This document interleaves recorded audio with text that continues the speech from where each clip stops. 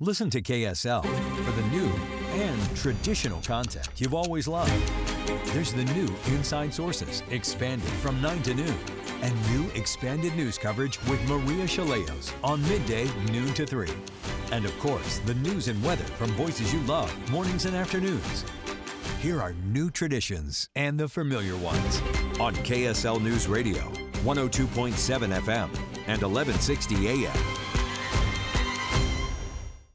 Welcome to the KSL Real Estate Show. Hear updates on the national and local Utah real estate markets. We cover residential and commercial properties. Plus, get inspiring ideas to make your house a home from our sponsor, Osmond Designs. Here's Heather Osmond and Jeff Caplan on KSL News Radio. Welcome to the Real Estate Show. Thanks for listening. I'm Jeff Caplan, along with Heather Osmond from Osmond Designs. Her stores are in Lehigh and Orem. Yes, they are. And today I am so excited, actually thrilled to have Drew Armstrong back on the show with us. We're missing Matthew, your partner, but it's always a good day when Drew is on the real estate show with us because he always knows what's going on in the Utah real estate market. So tell us what's going on.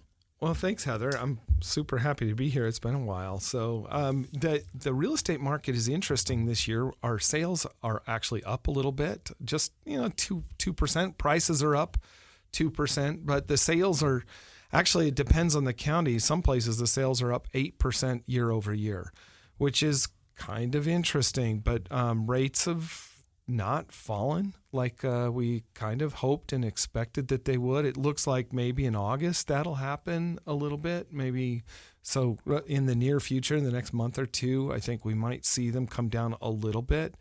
I've got friends and clients that are asking me that same question. They're like, is it a good time to buy? And I'm like, yeah, it's a great time to buy because not so many other people are buying right now. And I keep telling them that if the rates come down a little bit, there's a lot of latency that's getting built into the market where people are waiting because interest rates are not where they would really want them to be.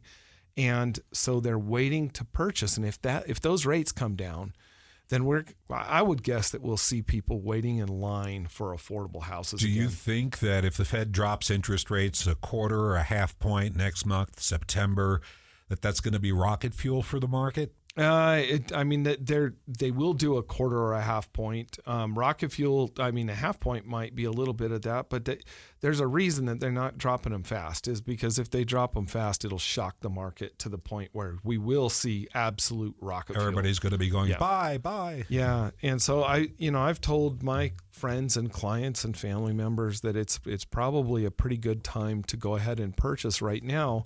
The average time in the market for anything that's under $1 million is, if it's priced correctly, it's maybe a month. It goes pretty quick in most places. Every market has different areas that are not quite the same as other areas, and there are slow areas and faster areas. But I'd say on average along the Wasatch Front, if a property is priced correctly, it's probably got about a month. We are seeing one of the things we are seeing is that the builders especially, and even homeowners are more willing to go ahead and contribute money towards points, and they're more to buy the interest rates down, right? And so they're a little bit more negotiable right now than they would be, say, in a month if the rate comes down a half a point. And so in that sense, there are some opportunities that you could take advantage of in terms of your negotiation, which may not be available in the near future. For sure. What geographic areas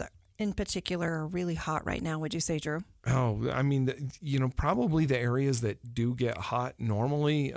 Downtown Salt Lake is hot. The East Bench is hot.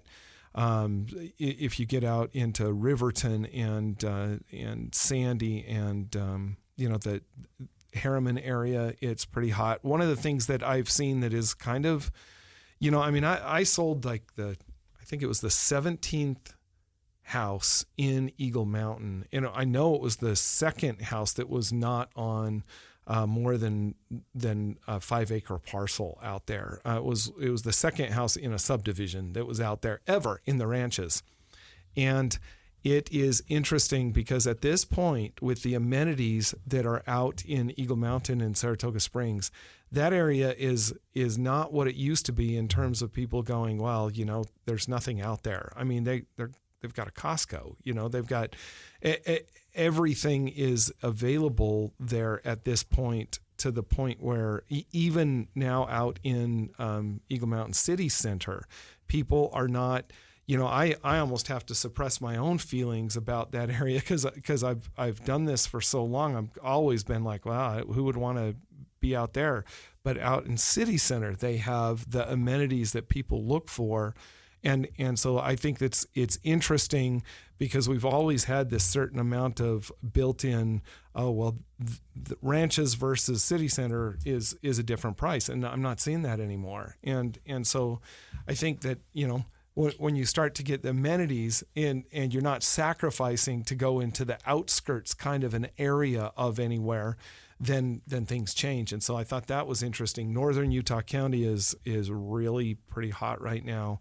But they're kind of the areas that are normally pretty hot are pretty hot. How about the rest? Yeah. Like Davis County, Weber County, like that. Do you follow all that? For me, I do more in Salt Lake County and Utah County personally, but we follow Davis County. I mean, we're licensed all the way up, and we do all the way up to Ogden. We are more involved on the Wasatch Back than up in those areas, and they're doing well too. But the thing that's interesting is that if you get into the over 1 million, maybe 1 million to 2 million, even in the Wasatch Back, it's a little slower. And I think it's because if you get into the above $5 or $6 million range, that's not that affected, interestingly enough. But people that are buying homes in that range aren't financing them as much. And so they're not as affected again. So it's kind of strange. You've got, if you get over, a certain point, then it slows down a little bit. But then if you get above that point, then all bets are off again. They just have cash for what they want, right? I always get asked the question, what are some up and coming areas that people should keep an eye on? And just this last week, I noticed that they announced a new Buc-ee's.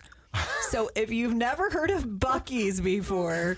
Yeah, I just got an email about this. What in this the morning. world, you guys? I just learned about Buc-ee's not even a month ago. I was in Mobile, Alabama for a competition that my youngest daughter was in. And my second oldest daughter, Paige, she said, while we're here, we need to go to Buc-ee's. And I didn't have any idea what she was talking what is about. That, a clothing store? What? You guys, it's like a Costco gas station. And it has an entire wall of beef jerky. And they do barbecue. And they have candy. And it's like... huge. I had no idea. There was probably a half-hour line just to get into this bucket. Wait, is it like a Maverick on steroids? It is. And it's like a Maverick combined with Costco. Right. And it's coming to Spanish Fork. Yeah. I mean, talk about up-and-coming areas. That is going to be a huge hit. So sometimes even bringing commercial really changes the trajectory of a city, and Spanish Fork is one of those. I mean, they have Costco's and Walmart's and all the good things are coming. Yeah, and we see that all over the place. I mean, Heber has gotten to the point where it's like not a little town anymore. Another thing that is really, I think, right at the very beginning of rocket fuel is the redevelopment of the prison site. Draper. Yes, and Draper, Bluffdale and Draper, they've gotten to the point where the last 5 years we've watched them tear down the old stuff and put in infrastructure, and we're just on the cusp of watching the new stuff start to get built. Is it completely planned at this point? It is. It is planned to the point. I mean, they're still working through, they're redirecting tracks, and they're talking about bringing tracks down into Utah County through Lehigh and stuff. But because of that new development, there's a little controversy brewing about where the tracks line is actually going to go. And the Lehigh mayor and a lot of people in Lehigh are not really happy about it because this new development is making them look at rerouting it to some degree. And that's a big controversy. But as we see that area, I mean, there is, you've got an area that's already pretty built up and developed. And on top of that, now you've got this huge area to redevelop within that, which it's going to go crazy. Housing, retail. There's a 5,000 seat amphitheater. Yeah. And more. It's beautiful. Utah City in Vineyard is another one. Boyer Company is building the most incredible city within a city right there off of the Orem Center Street on the west side. 3-minute access to I-15, brand new, absolutely gorgeous. Yeah, I think that one is another one, and it's interesting because I think that a lot of people are very shocked by that development because it's changed so fast. It feels like it's changed so fast from a little nothing bedroom community of Orem into being a city that is, I think after the Utah City end of it gets done, it'll start to rival Orem in terms of the amount of commercial center and things like that get built. I mean, heck, in Pleasant Grove and Linden, we're getting another Costco. So there's going to be a Costco between Linden and Lehigh. So crazy. So needed. I guess we're all tired of standing in those lines at the Orem Costco, right? And then the Draper. So why not just add another one? It's great. Yeah. Utah is loving Costco's. We're loving Chick-fil-A's. We love food and entertainment. And I love the growth that's happening here in the Utah Wasatch Front. Today we have Drew Armstrong with Armstrong and Flinders, one of the top real estate agents in the entire state of Utah, here with us. I'm Heather Osmond, owner of the Osmond Designs Furniture and Interior Design Stores, and we'll be right back. Stay tuned. I'm Holly Richardson. My name is Greg Skortis. Listen for the new Inside Sources. One of the things that people don't realize about Utah politics, at the state legislative level, there's a lot of camaraderie and a lot of working together for the good of Utah. Inside Sources, weekdays from 9 to noon. This is a show that a person could listen and learn something every day and say, you know what, I didn't know that this morning at 9, but I know it now. Inside Sources. Weekdays from 9 to noon on KSL News Radio. Time and time again, detection-based cybersecurity solutions have failed to stop ransomware. It's time to rethink your posture. ThreatLocker offers a zero-trust approach to endpoint protection that stops ransomware before it strikes. ThreatLocker delivers a deny-by-default strategy where you choose what to run, then block everything else. The result? No stress about the latest malware, because with ThreatLocker, you block it by default. Take charge of your cybersecurity and gain control over your environment. Visit threatlocker.com today and stay one step ahead of cyber threats. 2 young fathers are shot to death outside an iconic Utah restaurant. I said, your dad has been hurt really bad. The grief was disorienting for those left behind, until one choice changed everything. I just remember writing this letter, and it wasn't me writing it. Can a personal decision shape generations? We're all falling for this guy's trick. I'm Amy Donaldson. Season 2 of The Letter, Ripple Effect, is available now. Follow us at theletterpodcast.com or wherever you get your podcasts. We're back with the KSL Real Estate Show, sponsored by Osmond Designs on KSL News Radio. Welcome back to the Real Estate Show. Thank you for listening. I'm Jeff Caplan. Heather Osmond is here from Osmond Designs. Her stores are in Lehigh and Orem. Yes, they are. And I love anything associated with design and real estate. And of course, I love fluffing pillows, and I'm into fabrics and all the good girly things that women love. However, my real love is real estate, and it's actually where I've made almost all of my money. You know, selling sofas is great, but definitely my retirement is into mailbox money, not only residential, but also commercial. But can I ask you a quick furniture question? Of course. Because you are an expert. You're going to a furniture show, I think, next week, right? Next week. Big furniture show. Yeah. Are tariffs impacting the entire game? They sure are, unfortunately. There's, first it was COVID, and there was always the excuse of COVID, and that's why they needed all these price increases. And now it's tariffs. And I think it's definitely affecting each and every manufacturer a little bit differently, and those prices and price increases specifically. But it does affect us, unfortunately. Long gone are the days where things are made in the USA, and a lot of it is imported now, specifically the case pieces, but even the USA homegrown upholstery. It's the fabrics, it's the cushions, it's the frames, it's the springs. All of those things are still imported. So unfortunately, it does affect a lot of that. So design is going to cost more, in essence. It is. Unfortunately, yeah. Yeah, I was looking at, just General Motors and what they said that the tariffs are costing them. I think they said it was believe it was $100 billion in a year is what the difference in the tariffs, because they have to import the parts and some of their cars are built overseas. The question is how much of it filters to consumers buying cars. Yeah. And there's certainly been a rush on cars in the past few months simply because people are trying to get ahead of tariffs. I think that's true. And, we have a nice foreign car, and it's interesting. The dealership's calling us, asking if we want to sell them our couple-year-old imported vehicle, because I think that there has been an uptick in the perceived value of those cars because of what new imported cars are going to cost. And so if they can get a hold of one that's only a year or two old that is a foreign built car, and they're like, oh yeah, that's a good way to go, because then they sell somebody a 2-year-old car, it looks like it's 30-40% below what the same car would cost new now. Tariffs are impacting a lot of things. Oh, for sure. And not only design in my world and the automobile industry, but also subcontractors and all of the products that are used in real estate here in Utah. Today we have Drew Armstrong. He is one of the owner and founders of Armstrong and Flinders. Drew, you are one of the best real estate agents in the entire state of Utah. So talented.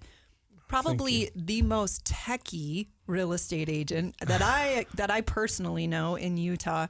You guys are innovative. You're doing drone photos and videos and all sorts of things for your listings. And it really does make all the difference, because we are becoming more of an internet shopping society here. If we could even be more, it's shocking to me that we could be more internet centric and than we were 5 years ago. It's like, how in the world does this happen? How can we even be more?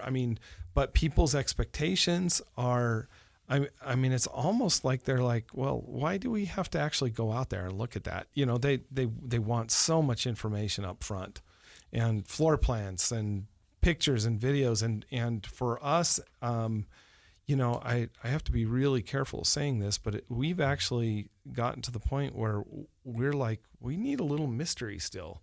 We're like, what do we not show somebody? What information do we not Because you want them to come out to the house. If you look at an online listing and there's the 3D version of it with drone overhead, oh, they've seen it. Yeah. And if we kind of want them to come and actually take a look, because you might be able to see the floor plan and you might be able to see the yard and you might be able to see some things, but you don't know how close it is to the park. And you don't know what the neighbors are like. And well, how about this? When you do the 3D walkthrough thing, I don't know how that happens, the pictures that you walk through. Have a mystery room that'll be disclosed upon request, and just like put blackness there. Jeff has all the good ideas. That would be. You don't have to pay me. It's just a gift. Just a good marketing ploy. No, but it's like, come on, guys. You still have to know how close you are to Costco, right? And you still have to know what the drive is like from this neighborhood to the freeway, and some of those amenities you can't get everything. It's one of those places where we know as realtors that our industry has been so impacted in the last 30 years, where we've gone from having a catalog that's printed on newsprint and 3x5 cards and a key that literally opens every key box in the whole valley, to where it's all electronic, and so much more of that information is available to the consumer than it was when I started. But at the same time, people still have to go and look at the house, and every house is different, and there's so many factors that go into where value comes from, and so it's like, while the industry has changed, there have been times over the last 30 years where we've conjectured about whether or not we'll have a job, and Matthew's always thinking the sky is falling that way. He's not here to defend himself. Not your job, right? Right. Well, no, I'm just like, look, no, it's changing, and we have to keep up with it because the consumer demands it and the industry demands it. But we have a place, and we are desperately needed. And there have been some massive changes in our industry in the last 2 years even. And it's been interesting trying to adjust to that as well. Oh, for sure. And there's so many intangibles when you walk through a home. And oftentimes you can't even describe, but you'll walk through and say, this just feels like home. Yeah. And it's not because of one specific thing. And it's just the combination of it all. No, and that's where your job it really comes into play is being able to create the home feeling. Absolutely. You're listening to the KSL Real Estate Show. I'm Heather Osmond, owner of Osmond Designs Furniture and Interior Design Stores, here with Drew Armstrong with Armstrong and Flinders. Stay tuned. We'll be right back. I'm Holly Richardson. My name is Greg Skortis. Listen for the new Inside Sources. One of the things that people don't realize about Utah politics, at the state legislative level, there's a lot of camaraderie and a lot of working together for the good of Utah. Inside Sources, weekdays from 9 to noon. This is a show that a person could listen and learn something every day and say, you know what, I didn't know that this morning at 9, but I know it now. Inside Sources. Weekdays from 9 to noon on KSL News Radio. Our daughter Jessie loves playing detective. A clue. But since we discovered she has sensitive skin, we've been playing detective too. We thought the problem was our puppy. But it was actually our old detergent. Aha. So we switched to Tide Free and Gentle. Tide Free and Gentle provides an excellent Tide clean, and it doesn't leave behind irritating residues like dyes or perfumes, so it's gentle on your skin.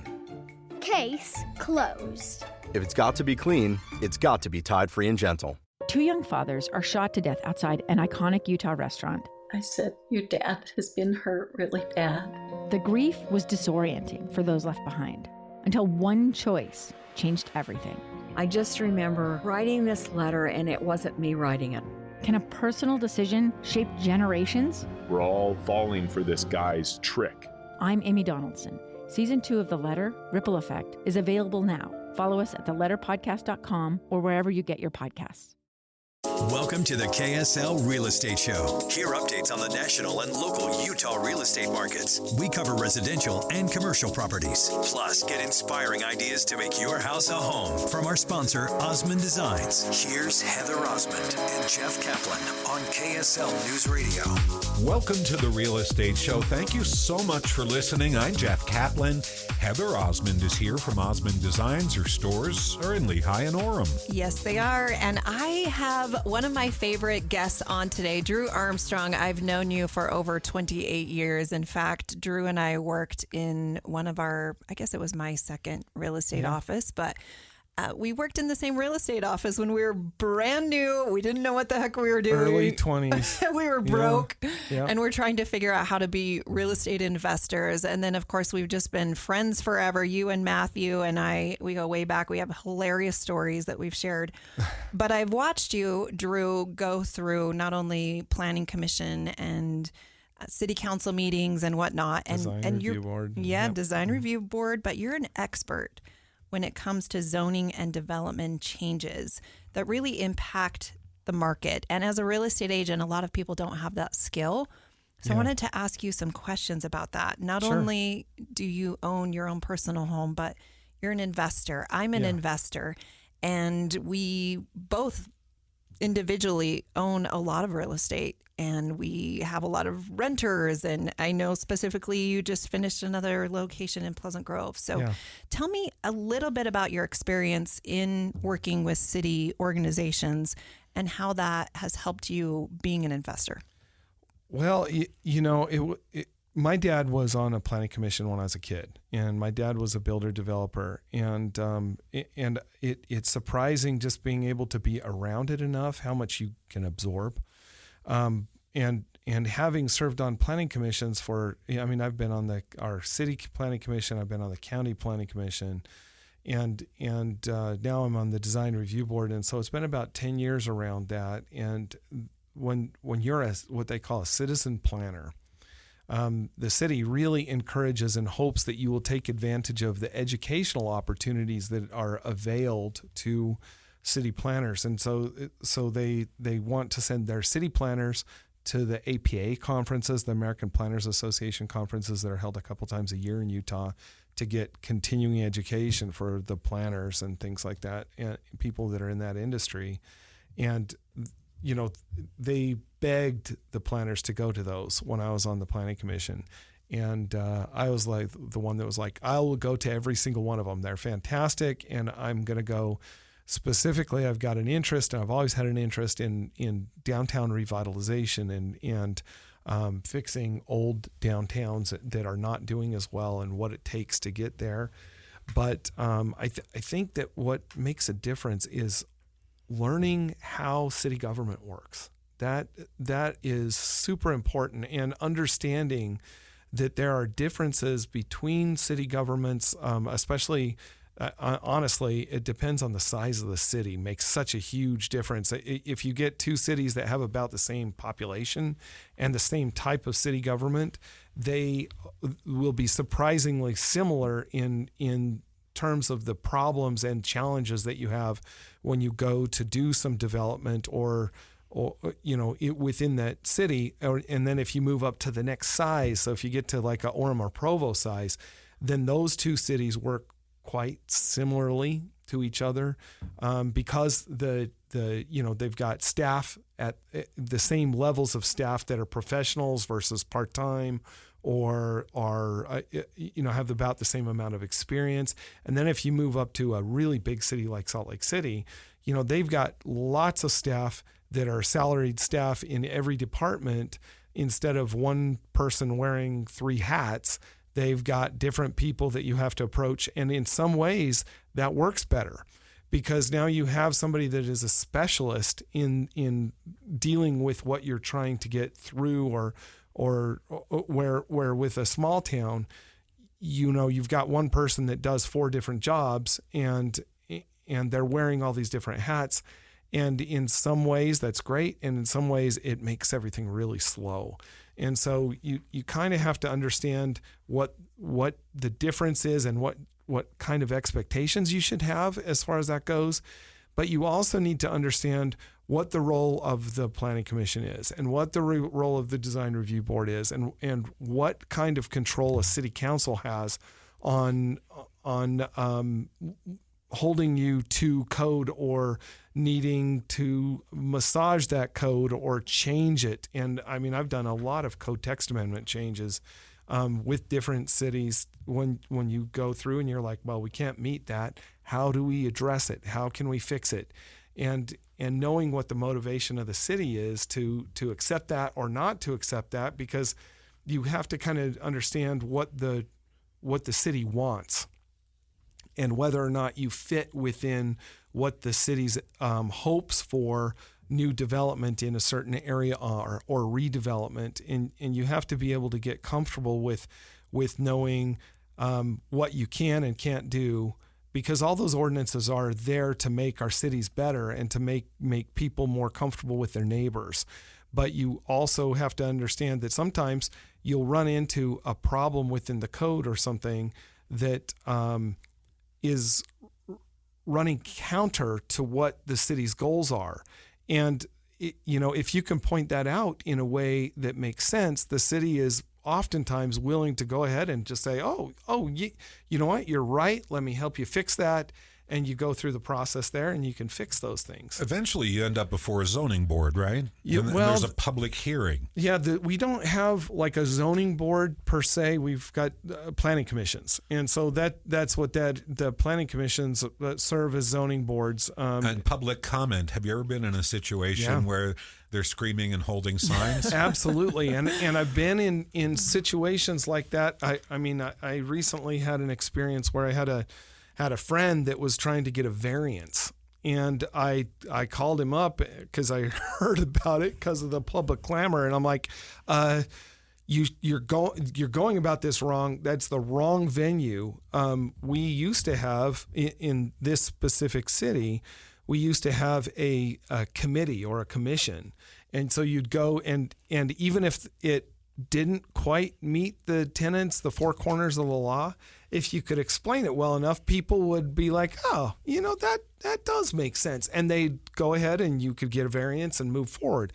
But then they replaced that board with an administrative law judge. And the administrative law judge reads the code and says, does this meet code? No, it does not. And that's it. That's game over. That's all there is to it. And it's like, one of the tenets of that is, did they create the hardship for themselves? And they just look at that and they're like, yep. And so it's the wrong venue to even approach in some cases. And if you don't understand how city government works or how it's supposed to work, it gets incredibly frustrating, and they don't exactly cover this stuff in a civics class. So it's difficult. They don't cover it in real estate school. I mean, this is what they kind of talk about when they say smoke-filled rooms. Things that happened outside of public view. There's a lot of give and take in the process, but eventually it goes before the public. Yeah. Well, the public needs to have an opportunity to have their say, and they have their representation. And they elect people, hopefully, that have the same values and care about the same things that they do within the community. But we also need to understand that those city representatives that we elect have other people to answer to, not just their own neighbors, but they have to worry about our children and where are they going to live and how are we going to responsibly grow from here, and what happens when your demographic in an area changes and the demand for services changes a little bit too. And so now you've got to figure out how to, you've got these areas where they've had grandmas and grandpas living in neighborhoods, lots of neighborhoods for years and years and years. And now we call it gentrification, but it's not really, it's turnover. So you've got one generation that's passing and they're moving into a different type of living situation, and another type of families are moving back in, and all of a sudden it's like, oh yeah, we closed all the elementary schools. What do we do now? And so you got to understand that our city governments, and in Utah, our city and our state even governments, I mean, with all the criticism that I have for them, they actually are pretty efficient, and they do in general work pretty well. But you have to understand what it takes to navigate that whole process. And it's not something that just, it's not easy. It's trial and error, and it's experience by fire pretty much for most people. Pretty much, and you will learn the hard way. So Drew, I have been to a lot of those meetings, and I've been on both sides of the fence where I've been trying to get a development approved, and I've also been to watch and to see what developments were coming in that maybe I didn't agree with as much. And it can be pretty spicy. Let's just say that, right?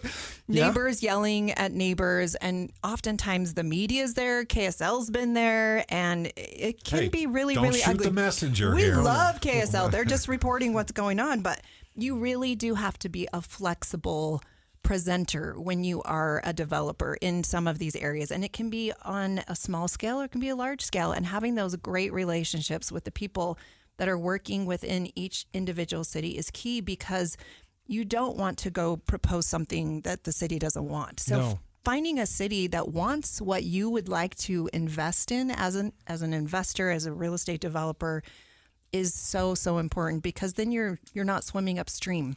Well, that's true, but I think the other thing is if you're a good communicator and you do the job correctly, sometimes you can go to a city and you can explain why their perception is a little off in a way that they are willing to accept and go, oh, I didn't think of it like that.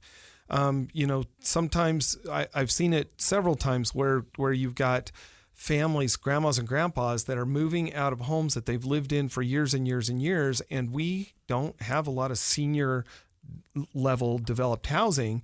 And if you can go, I've seen this, I've watched clients that are developers of ours up in Holiday, for example, go and present their case to the city council and the city about, look, you've got these people that want to move away from landscaping, but they still need a place for family gathering, and they want to live in larger condos in the downtown. And that was a new thing for that area, and it took some convincing and a lot of communication to get that conveyed to where the city was comfortable with it. Thanks, Drew, for sharing those powerful tips. Our final segment is coming up. What's next for Utah's real estate market? Stay tuned. Sounds good. I'm Holly Richardson. My name is Greg Skortis. Listen for the new Inside Sources. One of the things that people don't realize about Utah politics, at the state legislative level, there's a lot of camaraderie and a lot of working together for the good of Utah. Inside Sources, weekdays from 9 to noon. This is a show that a person could listen and learn something every day and say, you know what, I didn't know that this morning at 9, but I know it now. Inside Sources. Weekdays from 9 to noon on KSL News Radio. 2 young fathers are shot to death outside an iconic Utah restaurant. I said, your dad has been hurt really bad. The grief was disorienting for those left behind until one choice changed everything. I just remember writing this letter, and it wasn't me writing it. Can a personal decision shape generations? We're all falling for this guy's trick. I'm Amy Donaldson. Season 2 of The Letter, Ripple Effect, is available now. Follow us at theletterpodcast.com or wherever you get your podcasts. We're back with the KSL Real Estate Show, sponsored by Osmond Designs on KSL News Radio. Welcome back to the Real Estate Show. Thanks for listening. I'm Jeff Caplan.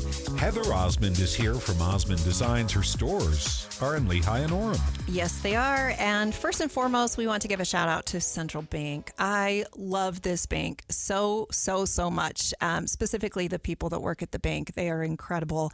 Not only do they provide new construction loans, but they provide residential loans, commercial loans. They've made Osmond Designs what it is today because they believed in me as a business owner and investor. And they gave me my first loan, which was absolutely incredible. And they not only have given me loans, they've given my kids loans for their wacky business ideas. And they've just been such good partners, and I love that they are interested in investing in Utah. So thank you, Central Bank, so much. Today we have Drew Armstrong. He is one of the top real estate agents in the entire state of Utah, and he is always a wealth of knowledge, and I always learn something new every single time he's on the show. But Drew, a couple quick questions for you. What keeps you passionate about your work in real estate? You've been doing this for a long time. Oh, I like to track trends. I like to provide a good service for my clients, and I love watching them get into a home that is something that will fit their family and fit their needs as far as how close it is to work and whether or not they feel like their children are going to grow and thrive in a particular neighborhood. I always love that point in time when you go to a closing or you talk to a client a couple weeks after a closing and they tell you how much they love the neighborhood and love the house and that it's such a good fit. And those are the rewarding parts of selling real estate. And I'm one of those guys that I think I love this career because it changes so much day to day. And it's always kind of the same process, but every client's different and every home is different, and that makes it fun for me. What's next for Utah's real estate market, Drew? It's interesting because we are still, and our demographics, even when you look at the national trends and things like that, I mean, our sales are up this year a little bit, and nationally they're down just a little bit. And so we're like, oh, well, that doesn't track always. So some of what we hear on national news doesn't translate well to Utah. And probably the number one reason that doesn't work as well is because we are the youngest state in the country. We still are. The next closest median age to us is 5 years older in Idaho. And so when you look at that, Samoa is younger as a territory, which is interesting. But we are, as the youngest state, our demographics are a little bit different, and economies are demographically driven to a great degree. And we don't track that really well because a lot of times, it's not like, oh, well, you're 1 year older or 1 year younger than us. But in Utah, because we are the extreme, it does affect us a lot, but it doesn't get talked about enough. But that makes it so that, when other people are not experiencing housing demand or they're actually going backwards a little bit, we're not, because everybody's 5 kids want a house. Yeah, we're forming households at a pace that other people aren't, and so our builders are doing really well in Utah right now. there are some incentives that they're offering that are great. Yeah, what's going on with that? Is the business a little bit soft for the new developers or the new home developers? I think they feel like it's a little soft, but when they look at tracking their sales nationally, their Utah, their divisions are doing really well in Utah, and everybody from D.R. Horton to Toll Brothers, where it doesn't matter what they're selling, they're doing pretty well in Utah. Well, and they've been used to making huge margins, and maybe that's pinched just a little bit, but they're still doing pretty well. They are. I mean, but I've seen them, and they adapt, and they can adapt to the market in a way that an individual homeowner can't as well. I mean, I saw a 3.875% interest rate offered on a townhouse from a new builder. I mean, that's amazing. Are townhouses softer than new homes? Yeah, a little family? bit. Yeah, sure, a little bit. But it's because there's a lot in the pipeline. But there's a lot of demand for them as well because we have these young families, and it's like what they can afford. And so, well, and as an investor, I want to purchase that because it is affordable housing, and you will always have renters in that price range. It's very, very easy to get in the market. And it doesn't take much management. Exactly. Mm-hmm. Drew, how can people find you? I don't know. Our website is utahrealestate.net. That's actually Matthew's and my real estate website. So utahrealestate.com is the MLS. And .net is us. That's actually the name of our company. It's Armstrong, Flinders, and Associates at utahrealestate.net. But we're going to be opening our own office, and we're doing it in conjunction, a new office in conjunction with an art gallery in our new building on Main Street in Pleasant Grove, coming up probably end of next month. That's incredible. Yeah. That's a wrap on our conversation with Drew Armstrong from Armstrong and Flinders. Thank you, Drew, for joining us and sharing such valuable insights. Until next time, I'm Heather Osmond on the KSL Real Estate Show. Listen to KSL for the new and traditional content you've always loved. There's the new Inside Sources, expanded from 9 to noon, and new expanded news coverage with Maria Chaleos on midday, noon to 3. And of course, the news and weather from voices you love, mornings and afternoons. Here are new traditions and the familiar ones on KSL News Radio, 102.7 FM and 1160 AM.